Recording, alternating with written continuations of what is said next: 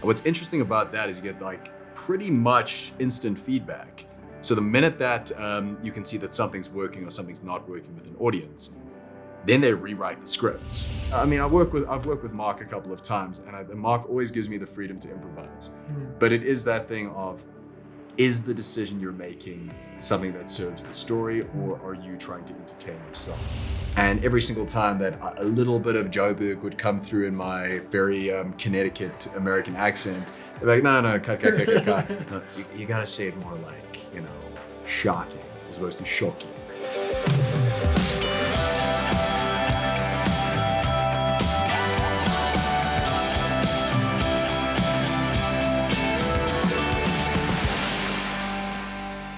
Hi, I'm Mark. And I'm Kaelan. And welcome back to Department Spotlight. It's a show where we talk to our friends and colleagues about their experiences in the film industry. And this episode is a special part 2 catch-up with our homeboy, Michael Lawrence Potter, who I just call my roommate now. Oh, we're just gonna start with that, okay. So yeah, if you haven't seen the part 1, we did it last year, I believe, and we covered his career up until that point, but there's been some interesting developments. I'm sure you've seen his name pop up, his face pop up. He's a popular lad. He just pops up everywhere. He's a good actor. Give him roles. Anyway, let's get into it. I like that. I assume that part 1, the link will be in the description if you want to catch up on who I am, or just watch this. This is fun too. Dang, it's like he does this all day. So the first wing we're trying is... No. So Michael Lawrence Potter. Yes, sir. Last time we spoke, you hadn't done uBettina Whetu. I had not done uBettina Whetu. No, in fact, it was a week before I got the role, which was really strange, like looking back in hindsight.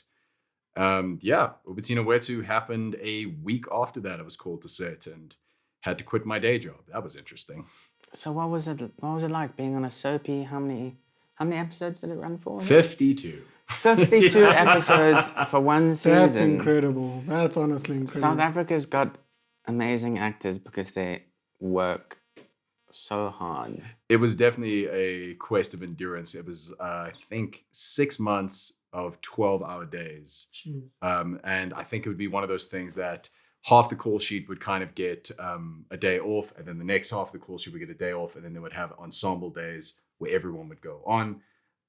6 days a week, 12 hours a day, sometimes a little bit longer if there was some sort of complications. But yeah, we went all the way through it. I think the thing about a Soapie is that once it starts taxing, that doesn't mean the show is over. That means you now have to start shooting while the rest of Soapie is taxing. And what's interesting about that is you get pretty much instant feedback.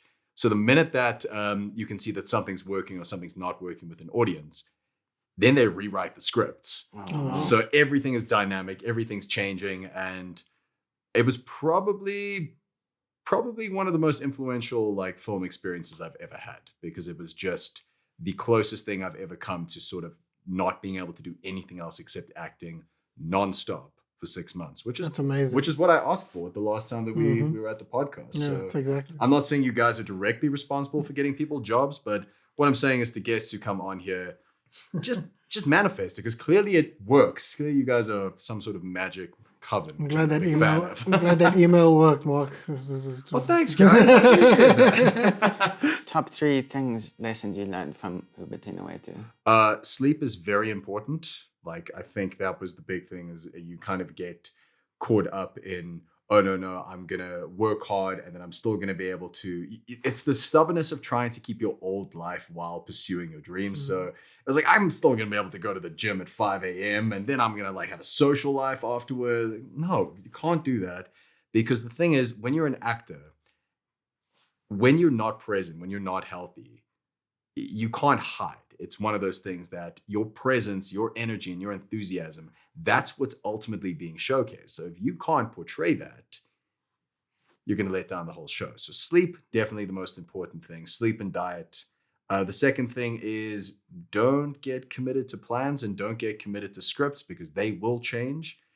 I think for me, it was more about having the ability to maneuver and say, okay, everything's changed. I guess I'll take these 20 minutes to go aside and learn this entire new script and then jump on. And you have to be flexible in that sense. I think you have to have this idea of everything's probably going to change. I will prepare this as if it is the only thing on my mind. And then if it has to get thrown out, then that's just the way it is. And I would say the third thing is like the ultimate currency that you get out of a show like that is the experience that you get from communicating with your other actors, the lessons you learn, the fun that you have when you're just kind of riffing and improvising. And so what I loved about that show is that there were actors from all walks of life. There were people who, I mean, this is my first TV show, but then there were people who had been in the industry, like my good friend Brighton, who was on Scandal for like 14 years. And this was his first non-Scandal role. Oh, wow. In 14 years. And I could just learn so much from him. I mean, he's someone I consider to be one of my best friends now. And there were people who were acting way back in the 80s, and there were people who had, like me, had just started. And just and then from very different backgrounds and disciplines as well. Like I was mostly like kind of edgy indie films. And then you had people who were social media influencers. And it was just completely different styles that I don't know why, but it just worked. You know, I think, so I'd say that the final lesson would be diversity is the key to a good show. That, you know, and it's diversity of backgrounds, diversity of people, and diversity of disciplines. That'd be my 3, I think. Did I do okay?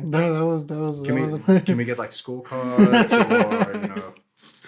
That was, I would say, 10 out of 10. Okay, no, but Yaku gave me 9, but that's good because it leaves me room for improvement. Exactly. Yeah. Just so the listeners know, Yaku's off to the side, off screen, just busy judging us. And yeah, he's dressed in a chicken suit. I don't know why that's necessary. Yeah, the feathers are a bit distracting. Yeah, it's all good, though. Yeah, I was gonna say, like, so what did you find like to be like your through line for those 6 months? Like, what kept you sane?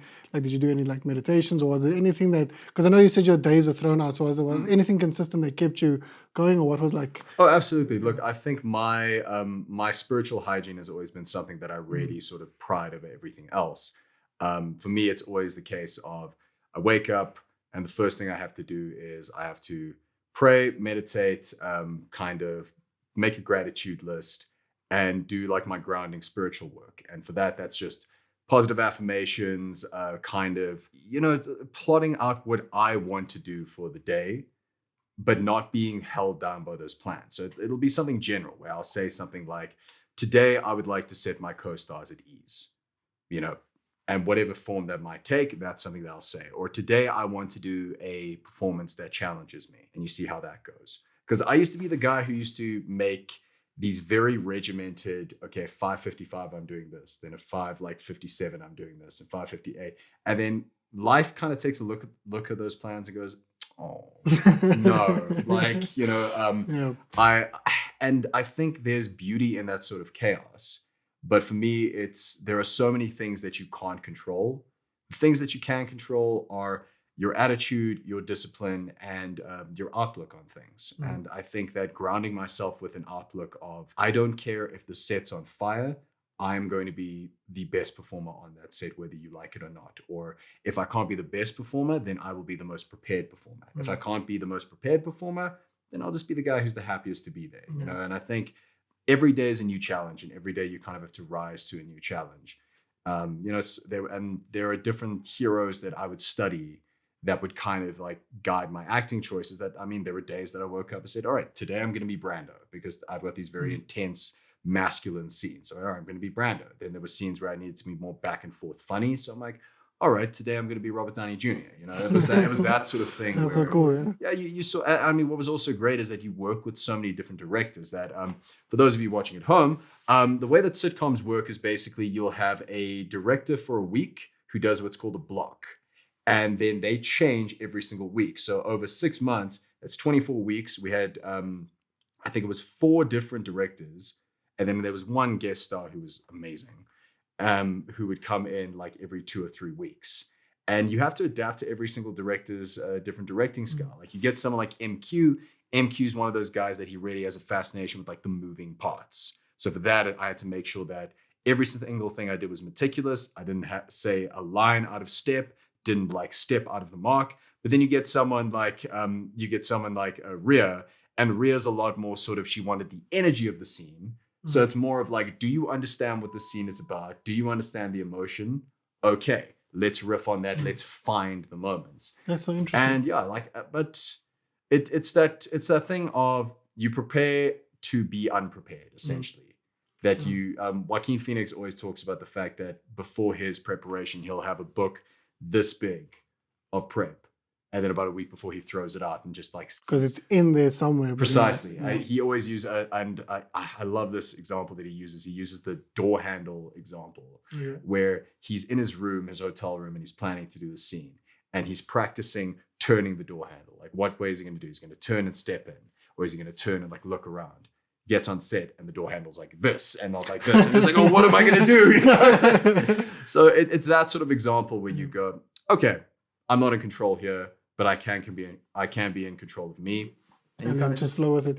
But that actually leads, because I was going to ask you about the director thing, because that's always something that fascinated me in TV. But like, for you as an actor, how closely do you hold on to your character and like versus the notes they give you? Because you like, and you've been through with different directors. So do you sometimes fight on it a little bit, or do you kind of be like, okay, I understand where you're going. You maybe want to bring something new to the character. How closely do you keep the character to your chest when it comes to changing directors? I mean, the thing is, as an actor, you are your character's advocate. You're your actor's, which, you know, is thankfully something that I'm prepared for. So for me, it's more about you do the most research that you can, and you know what this character would do. But I only know that perspective from being the actor. The writer's got a completely different direction that they have to take this character in, because it's a 52 episode soapie that needs to have a conclusion. So they are writing it with that in mind. And also, you're kind of used as a literary device. Like for me, I was Brandon Thomas. Brandon Thomas was the person who sows dissent in Dingan's mind about, don't trust this Betty girl. Like an Iago character, kind of. Very much an Iago character, very much like the douchey high school jock, which was so liberating to play because it was pretty much just, I got to lean into every single character defect of just being this like slimy corporate type, but also like who was like genuinely someone who cared for the people he loved. So he was like Patrick Bateman meets Phil from Modern Family. It's like a very weird sort of blend of characters. But yeah, I mean, the thing is that the director has a job they need to do. The writer has a job they need to do. And I have a job that I want to do. Now, you notice the difference between those two words, want and need. So what would happen is that the director would say, Mike, I need you to do this. And if I think it was a bit out of field, I'd say, I believe my character would do this. And I'd give reasons as to why it would work. And most directors will give you the opportunity to say, okay, let's give it a try. And they'll let you do a take. And they'll either say, yeah, it's great. It suits my vision. It suits the writer's vision. And you got to kind of have your characterization. Great. But there are times that you try stuff and it doesn't work. It just, that's the way it is, you know. And as an actor, you cannot be so precious about your choices, because again, we've got to make sure that for the writers, the story's moving forward the way that it's supposed to. The director, the story is being portrayed as it's meant to. So you as the actor, you have to kind of juggle those balls and figure out a way to make it look good on screen. So for all the choices that were in the show that it was like, oh, wow, you improvised that? That's amazing. There were about 100 on the cutting room floor that the director's like, what are you doing? There was this, oh my word, there was this embarrassing moment where I just wanted to take a punt because the scene was just, I felt like it was dragging. And I let my ego get in the brain of like, it's time for me to showcase my talents. And I'm basically presenting Dingan with his new secretary. And she's this beautiful girl that's supposed to take his mind off of Betty. And I did this like, oh, Father Christmas is here to give you a fantastic present. And like the director just looked at me like, what are you doing, you maniac? Yeah. And this is like I think it was day like 100. We're all tired. We're all burnt out. We're trying to meet deadlines. They're like, no, you don't get to improvise anymore. You say it as it's on the screen. But I mean, at least you got to get that out of you. Oh yeah, I think, I mean, I've worked with Mark a couple of times, and Mark always gives me the freedom to improvise. Yeah. But it is that thing of, is the decision you're making something that serves the story, or are you trying to entertain yourself? And in my experience, when an actor tries to entertain themselves, the choices are never the best. Yeah, I was just saying that even though like sometimes you say it's the actor entertaining themselves, I feel like sometimes you just need that just to break everyone's psyche a little bit and just also get them back into the groove. So as much as it could have been embarrassing, I think also in that moment you felt like maybe people just needed that reinvigoration, even if it was something that might have not worked out at the end. I think it's just something that also just sparks life back into it a little bit, especially like you said, 100 days in. And I know it's like this busting this thing for 100 days and you need to continue schedules, but sometimes you just need that little spark every now and then, you know? I suppose so, yeah. I mean, for me, I've just learned to kind of remove myself from the experience. Like, for me, it's like we've got hundreds of people on the set who are trying to create a good piece of work.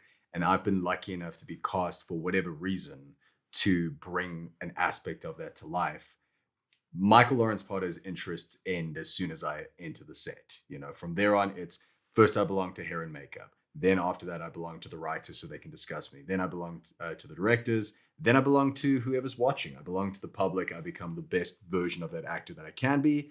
And once I take off my stuff and I'm back in my car in the parking lot, then Michael Lawrence Potter can take over again. You know, but until then, my ego, my self-interest and stuff, it's not the 9 to 5 stuff. That's the 5 to 12. God, You see, and he says he doesn't know why he was cast because he's listen to that, such an amazing talented man. So being with I always wanted to ask someone who's been like with a character for so long, because doing that whole season, all of those episodes, 52 episodes, like you're spending how many like film lengths of, you know, time with that character. Yeah. That's a lot. What is it like living with that dude for so long? Well, it's fascinating because I think that I've always treated characters like a psychological study into myself, because at the end of the day, there's a reason why I got the role and someone else didn't, because there's something that within me that maybe I don't quite understand yet that is being displayed through this character. And the thing is, getting the role, especially for like a long-term series, that's step one of like step 100.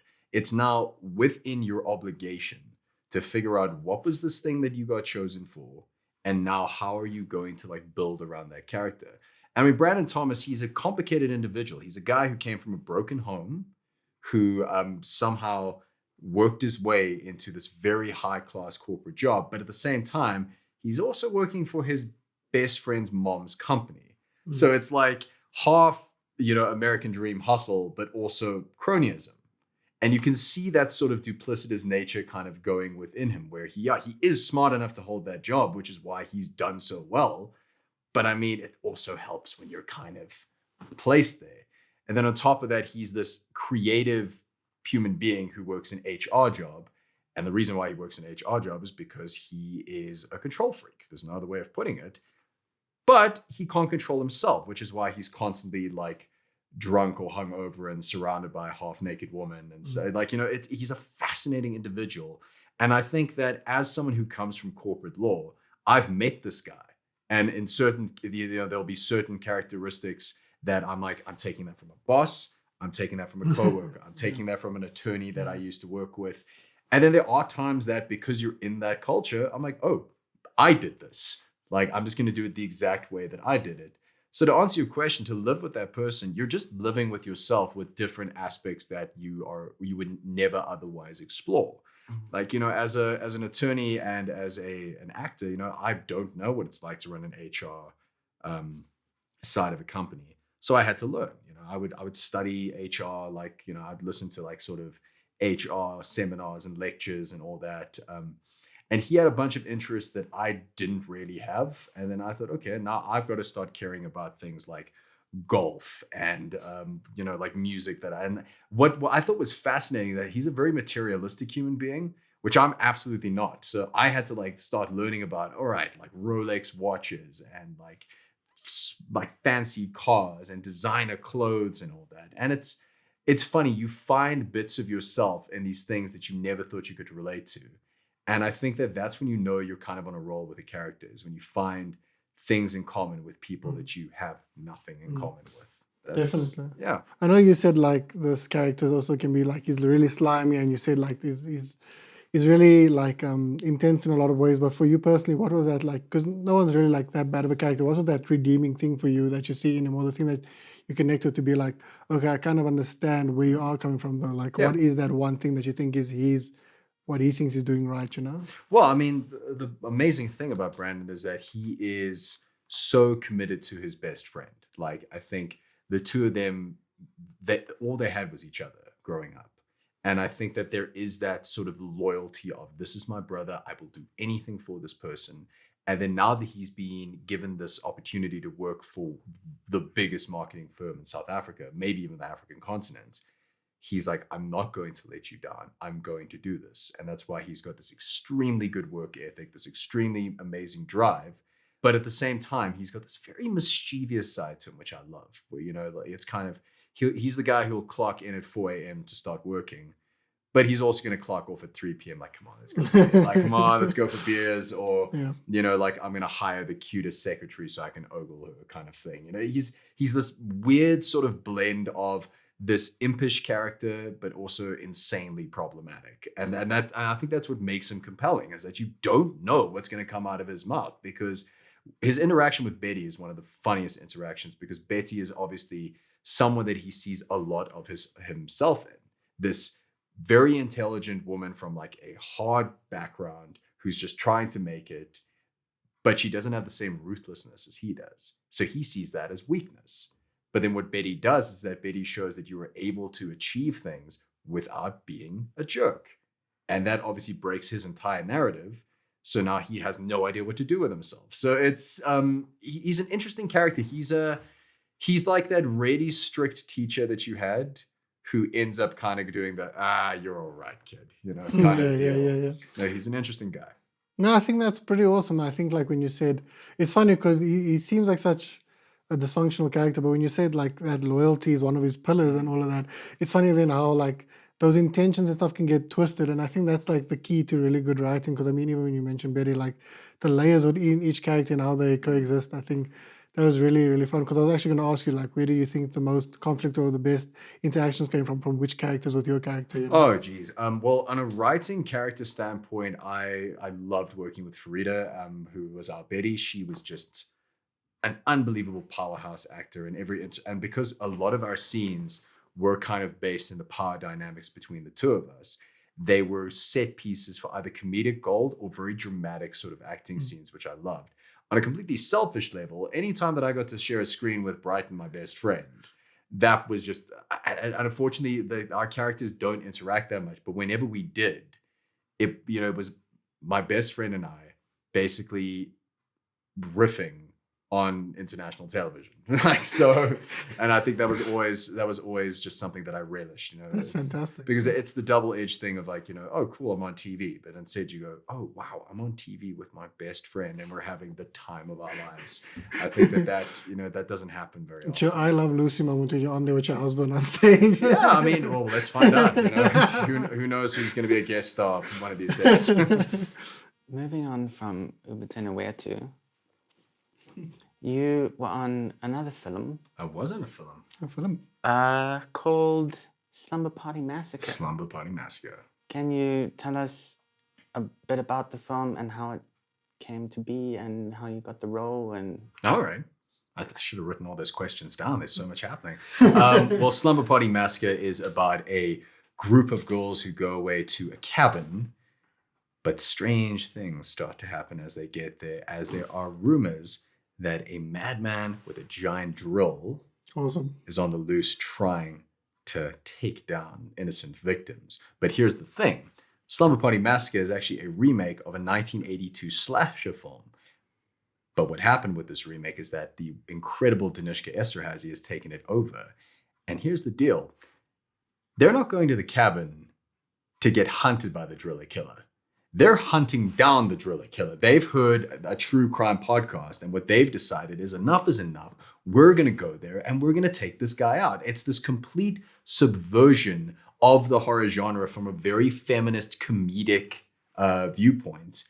And for me, it's a film that every time I talk about it, I just start smiling, because it was one of those scripts that when I received it, I auditioned for it like maybe about 3 times. And the first time I read the script, I just thought, there's no way that this is the same movie. I remember watching the YouTube sort of clips of the movie. Then I bought the original movie, watched that and compared it to the script. I'm like, how is this the same movie? This is insane.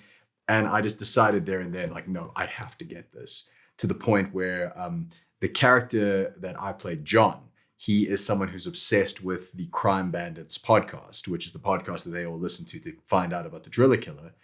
So I like went out and printed like a Crime Bandits shirt. I like made fake episodes of the Crime Bandits podcast. And like my scene was that I was carrying a giant pot, and I was like swinging the pot, and then I had to like fall down to the ground. Like I just did that in the audition, and it was one of these incredible movies where Sci-Fi gave Danishka Esterhazy the IP in order to pursue this remake. This is the Sci-Fi Channel. The Sci-Fi Channel in America. Cool, yeah. So yeah, by the way, it's available on Hulu as well as on demand. But yeah, and it really just kind of blossomed from there. And there I was on set with people who I now consider to be some of my closest friends and like powerhouses of the South African acting scene. It was Eden Claessens, Nathan Castle, Jane DeVette, oh man, there's so many people. I'm scared of missing anybody off. But it was one of those experiences where from start to finish, it was just fun. We were all just having so much fun. Amazing. Tight fit, professional, but all of us were having the time of our lives. So yeah, what like, how was the dynamic with like an American production using the South African cast and all that? What exactly was going on there? What was the... Well, I mean, the thing is, this isn't my first rodeo when it comes to American films being shot in South Africa to be distributed back to America. It seems to be kind of the way that a lot of production in South Africa is going, like in terms of big budget movies, where what will happen is a lot of American companies will come to South Africa to shoot because of the tax breaks, because of the new novel locations, and because the talent's the best. I agree. And the dynamic was sensational in that I think that the American office gave us a lot to run with, and we were basically monitored to assure that homogenization was something that made sense. Like we had the amazing Stephen Jennings as a dialogue coach on board. And every single time that a little bit of Joburg would come through in my very Connecticut American accent, they're like, no, cut. No, you got to say it more like, shocking as opposed to shocking. And Stephen was just always there for us, man. Like just making sure we were hitting our marks. So awesome. Because like you said, this isn't your first time doing something where it's like an American crew and all that. But yeah, like just that whole idea of like trying to adapt your accent like on home ground and stuff like that. It must have been really like a really tricky kind of journey, but I feel like you must have learned so much from it as well. Oh, absolutely. And the thing is that my local repertoire is not as big as my international repertoire. Like I more often than not get cast in either like American or British films and series. If anything, uBettina Whetu was like a huge like win for me because it allowed me to kind of be seen on the local market, which allowed me to go do things like Durban General and The River and that sort of stuff where it was like, I was on more local soapies. But yeah, my American accent is pretty much the only reason I had a career in the first place. That and Stephen John Ward, because someone pulled out of Triggered and they needed a guy who could do a Brooklyn accent at a moment's notice. And I was just the right place, right time with the right accent. And that was it. Oh, wow. So you never know.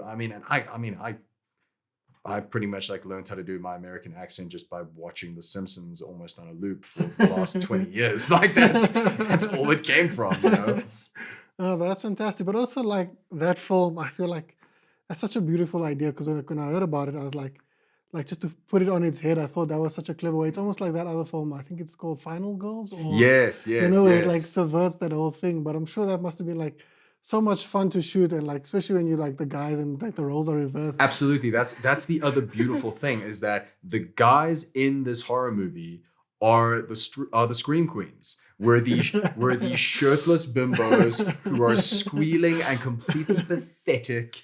And it was just and by the way, there is the world's steamiest pillow fight in Slumber Party Massacre. I will say no more than that. Just watch the movie and because there's like in the original there's this like steamy erotic pillow fight between the girls. Yeah, Danishka went a different direction, and it was the most fun scene I've ever done in my entire life. No, that's fantastic. But even that genre, just in general, it's such a fun genre to shoot. Have you ever like because I know like also your previous film Trigger also has a bit of like a slasher kind of, but is that some like a genre that you also particularly enjoy watching or drawn to? Like, is there something about the genre that you also like really keen to like go back to? Oh yeah, like look, without any doubt in my mind, I think that if there's a good script and a good production, I'll do it. I try not to limit myself to say I'm only going to do these types of genres. I'm only going to do these types of projects because I think that every single project, especially, I mean, I've been in this industry for 2 years. I've got a lot to learn. I've got a lot to experience. But I think about when I worked with Looped and we did Redacted. I was like, horror movie, let's see. And then I was like, wow, this is incredible. Then you do a little romantic thing. And you go, oh, wow, this is incredible. And you'll always find, I recently just wrapped on an action movie. And that was another thing that I thought that I wouldn't enjoy, but I was like, wow, this is amazing. I mean, like you really need an excuse to enjoy, kind of doing the stunt fighting and zip lining down a building. Like it's the best. I think that a lot of the time it's in your best interest to expose yourself to things that you don't do because there were so many things that you didn't do before you did them. And then once you did them, they're now your favorite thing. So I'm trying, I'm trying to always expand my horizons, Yeah. How was that director though on set with improv? Because I know we mentioned improv earlier, but how was the experience there? Danishka's the best. Danishka is the best. Like I love you, Danishka. And she's just somebody, she's this strong female director who is just so fun and so determined to do the best work. But she was always so keen on assuring that everyone on the set, whether it be the grip, whether it be the lead actor, was at ease and giving of themselves and having the most fun. And I think with improv, again, she was just like, if it works, do it. If it doesn't, don't. It's just, and she let us get away with absolute murder. It was fantastic. Like Eden Claessens did the worm while we were doing the pillow fight. And it was so funny. Like we were obviously not. There's this amazing scene where, like Eden, I love you, man. I hope you're watching. But Eden would always try and like make me a corpse. He would try and deliver a line in a certain way where I would be like, I couldn't keep character. So out of nowhere, there's this one scene where he just goes, "You're a man," and I'm like, "I'm a man," and that like bewildered reaction, which wasn't in the script. Like Danishka's like, well, we're obviously keeping that. Like, and there's this take of me with these like giant saucer eyes looking at you, like, yes. No, I think any director. I mean, Mark will tell you firsthand that a choice is a choice. Whether it originated from the script or whether it originated organically.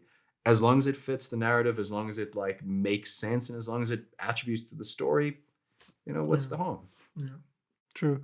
Did you ever have your like that graduate moment, like that scene from The Graduate where you just tapping on the glass? Did you ever have that moment where you could just do your own thing in a scene and they kept it in there, or was there? I mean, I think what happens is that you owe it to yourself to personalize the character as much as you can because. Again, as we've spoken before, there's a reason why you're there and, Tom Hiddleston's not there. Whatever that might be. It's up to you to kind of say, how is this Michael Lawrence Potter playing this role? And I mean, Mark will tell you that I'm a guy who kind of, I have, my characters will always have some sort of tick, like kind of like this, or, because that just makes it real for me. So, I mean, there are moments where I'll do something like I'm like flicking around a pen.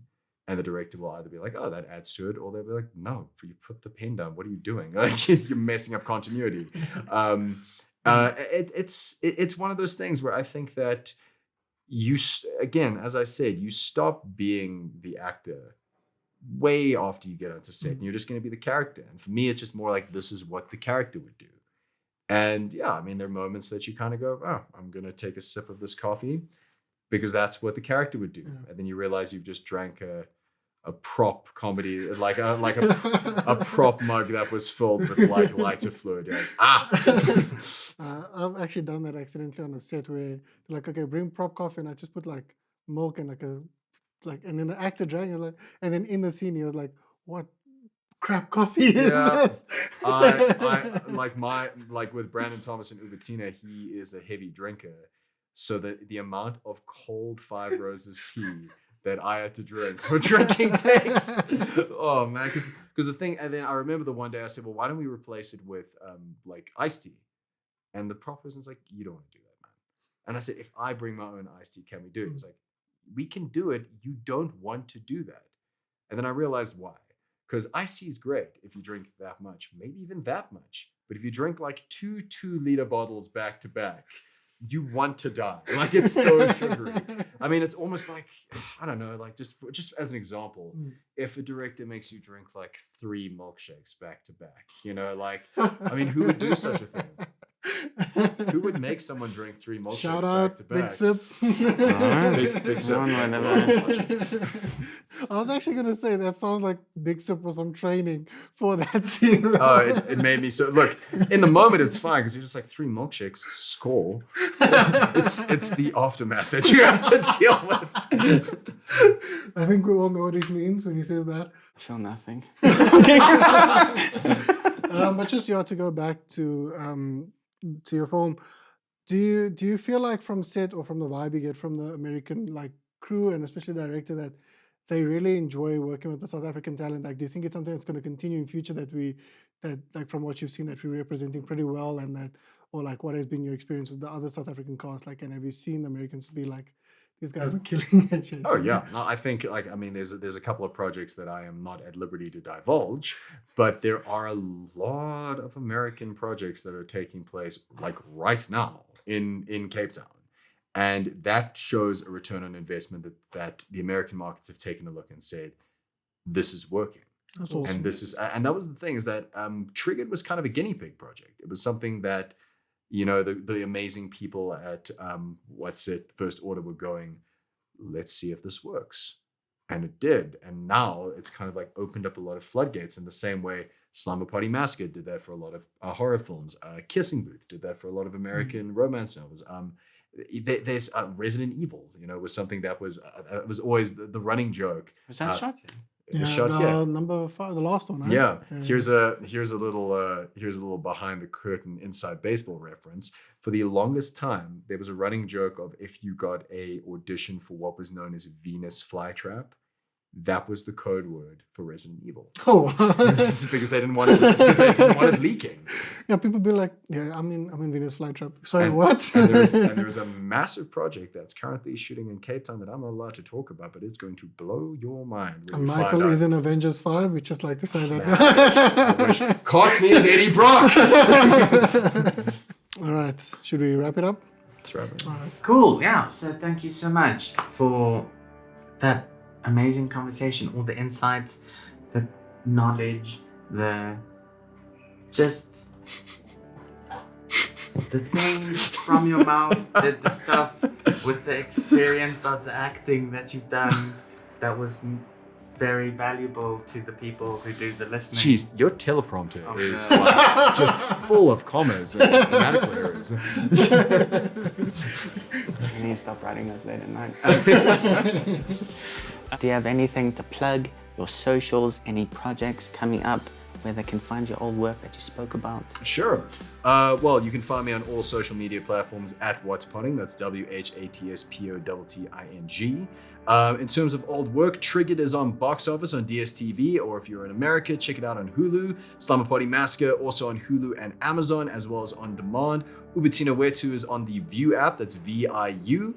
And in terms of upcoming work, I like to keep quiet about such things, but follow me on social media if you like pictures of dogs and out of context Simpson memes.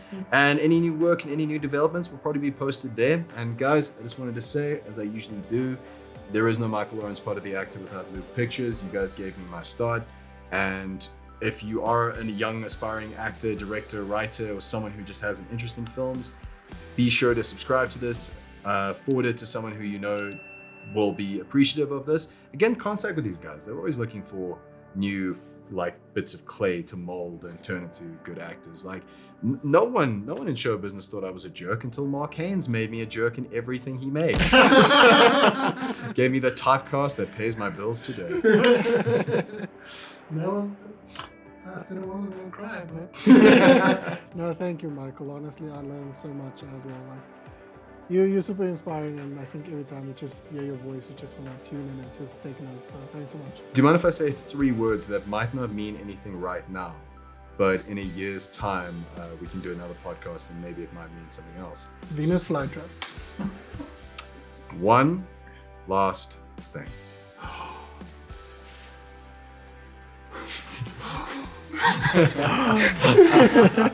So until next time, go out there, stay safe, and make your movie!